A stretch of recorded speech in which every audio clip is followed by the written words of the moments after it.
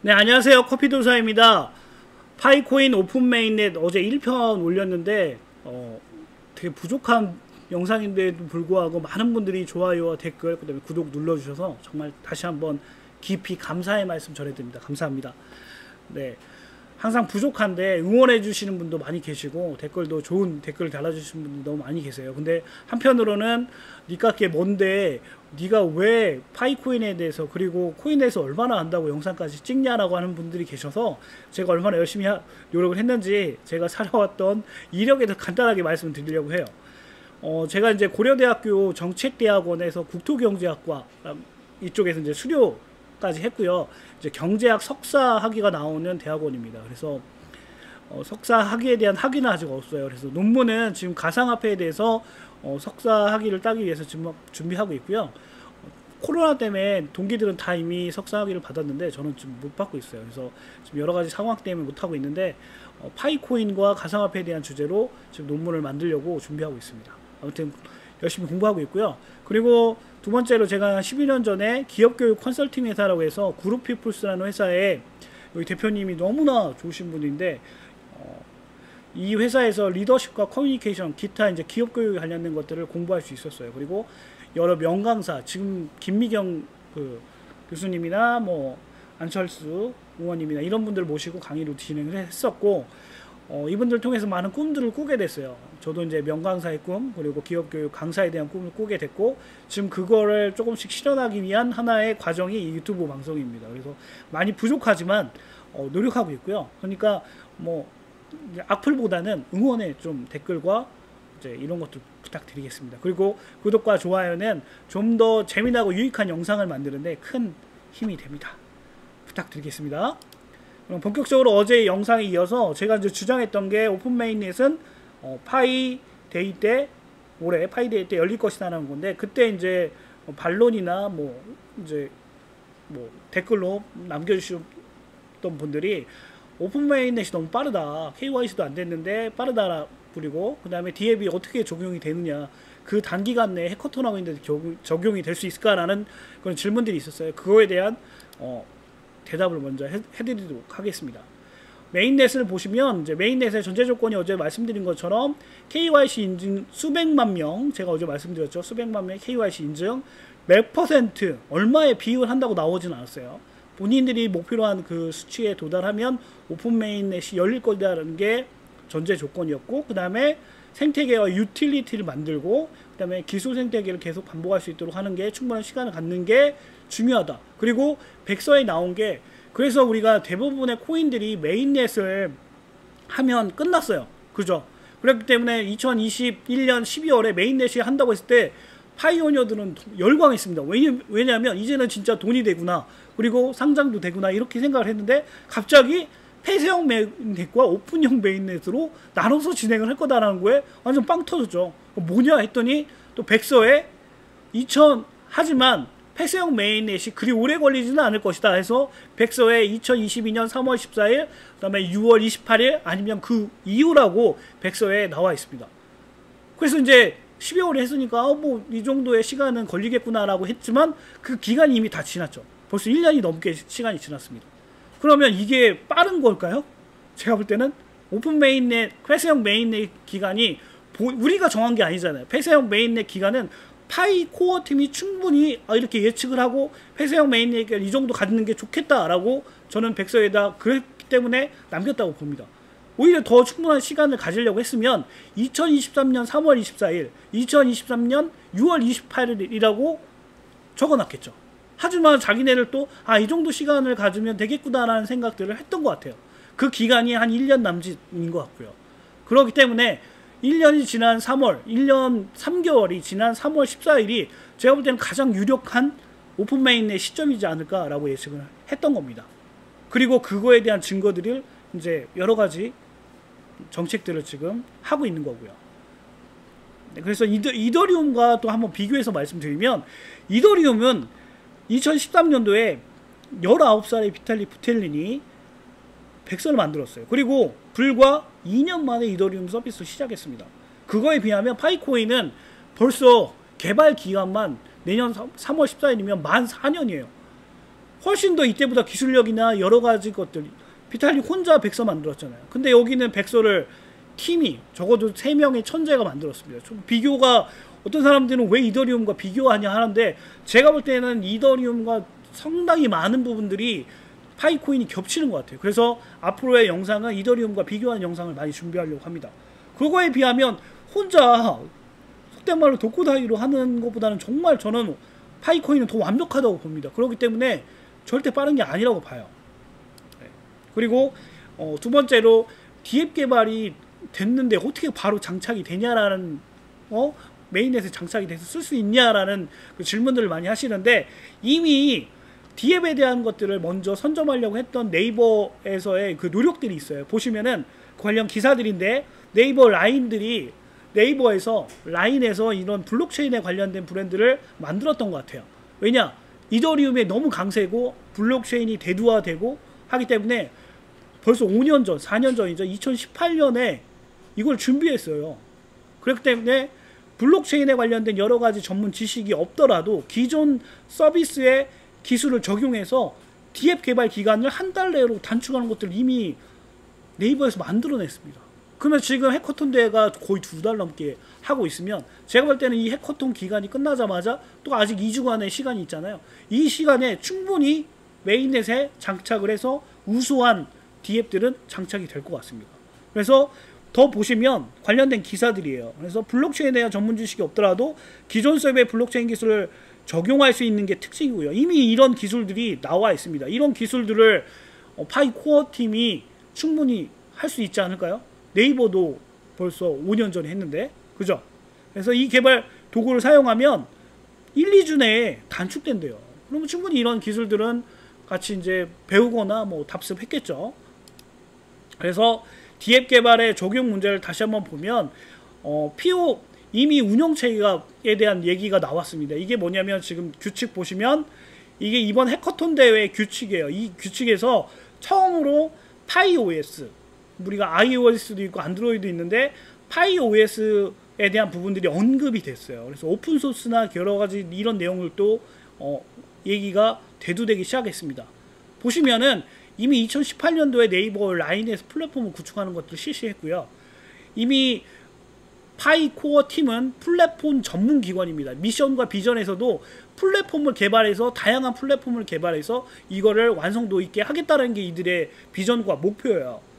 그래서 이 플랫폼에 장착하는 데는 디앱 개발이 끝나면 장착하는 데는 그리 오랜 시간이 걸리지 않을 것 같고요. 디앱 개발도 이미 어느 정도의 플랫폼 안에서 디앱들이 개발이 되면 그 기간도 엄청 단축되게 될 것 같습니다.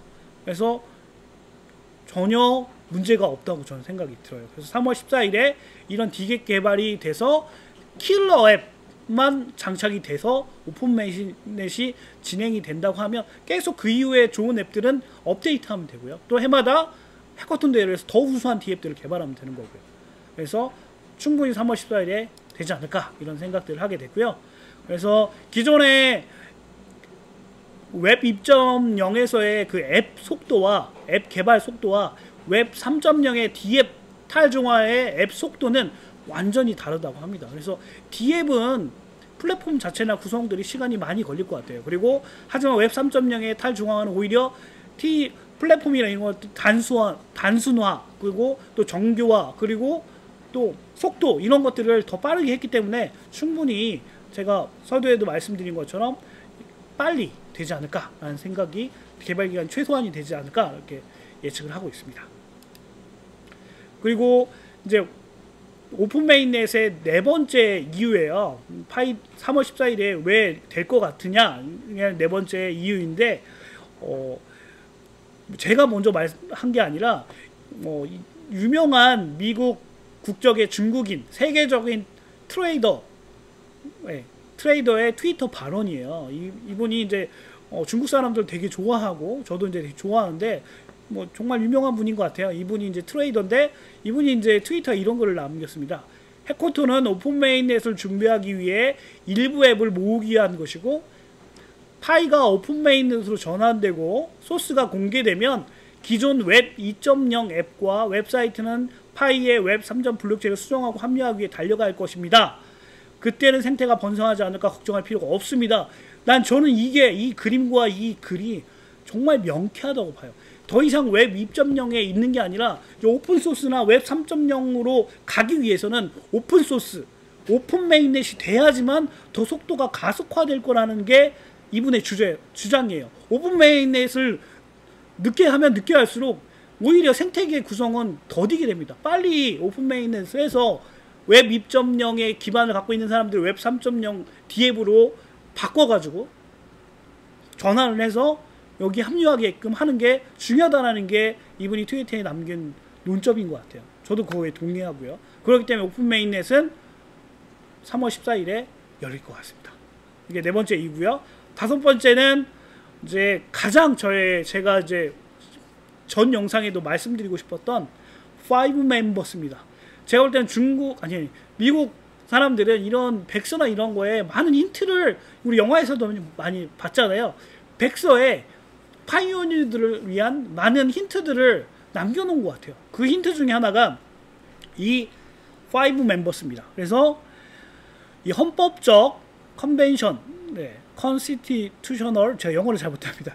여기 파일 이게 나와 있죠. 이게 영문의 백서 원본이에요. 그리고 이게 이제 해석본인데 보시면은 이 5 million members 이 단어가요 여기만 나옵니다. 그래서 이 단어가 뭘까 했는데 여기 지금 괄호 보이시나요? 부등호? 이가 500만 명의 숫자가 이상이 됐을 때의 규칙이라는 거예요. 제가 이해하기는 여러분들도 그렇게 이해되시죠? 이 부호가 보면 또 이 부호가 반대인 게 있습니다.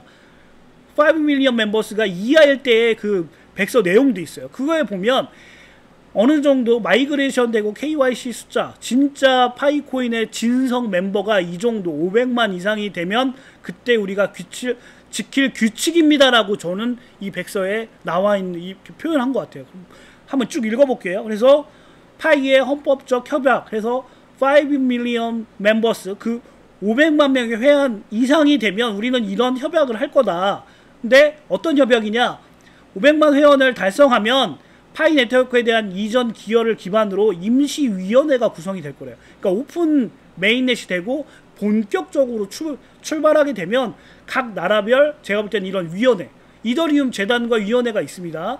그 관련된 영상도 준비하고 있어요. 그래서 이런 위원회가 구성이 되고 이 위원회는 더 넓은 커뮤니티로 제안을 요청하고 제안할 책임이 있습니다. 또한 파이의 멤버들이 파이의 장기 체질에 무게를 둘 수 있는 일련의 온오프 대화를 구성할 예정입니다. 그러니까 여러 가지 모임을 만들 거라는 거죠. 그리고 파이의 글로벌 사용자 기반을 감안할 때 파이 네트워크는 적구설을 보장하기 전 세계 여러 위치의 이런 규칙을 수행합니다. 제가 서두에도 말씀드린 것처럼 각 나라별로 이런 것들을 할 수 있는 위원회를 만들겠다는 거죠. 전 세계 여러 위치의 이런 규칙을 수행합니다.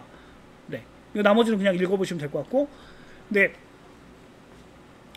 어떻게 좀 제 주장이 설득력이 있나요? 그래서 가장 핵심이 됐던 게 이 5 million members였어요. 이거를 백설 다시 한번 보면서 내가 이걸 왜 못 봤을까라는 생각을 했거든요.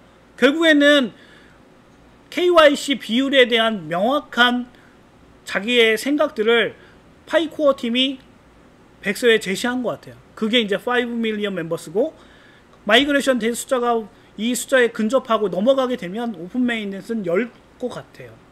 이게 제가 3월 14일에 코어 팀이 오픈 메인넷을 열 거라는 예측의 가장 큰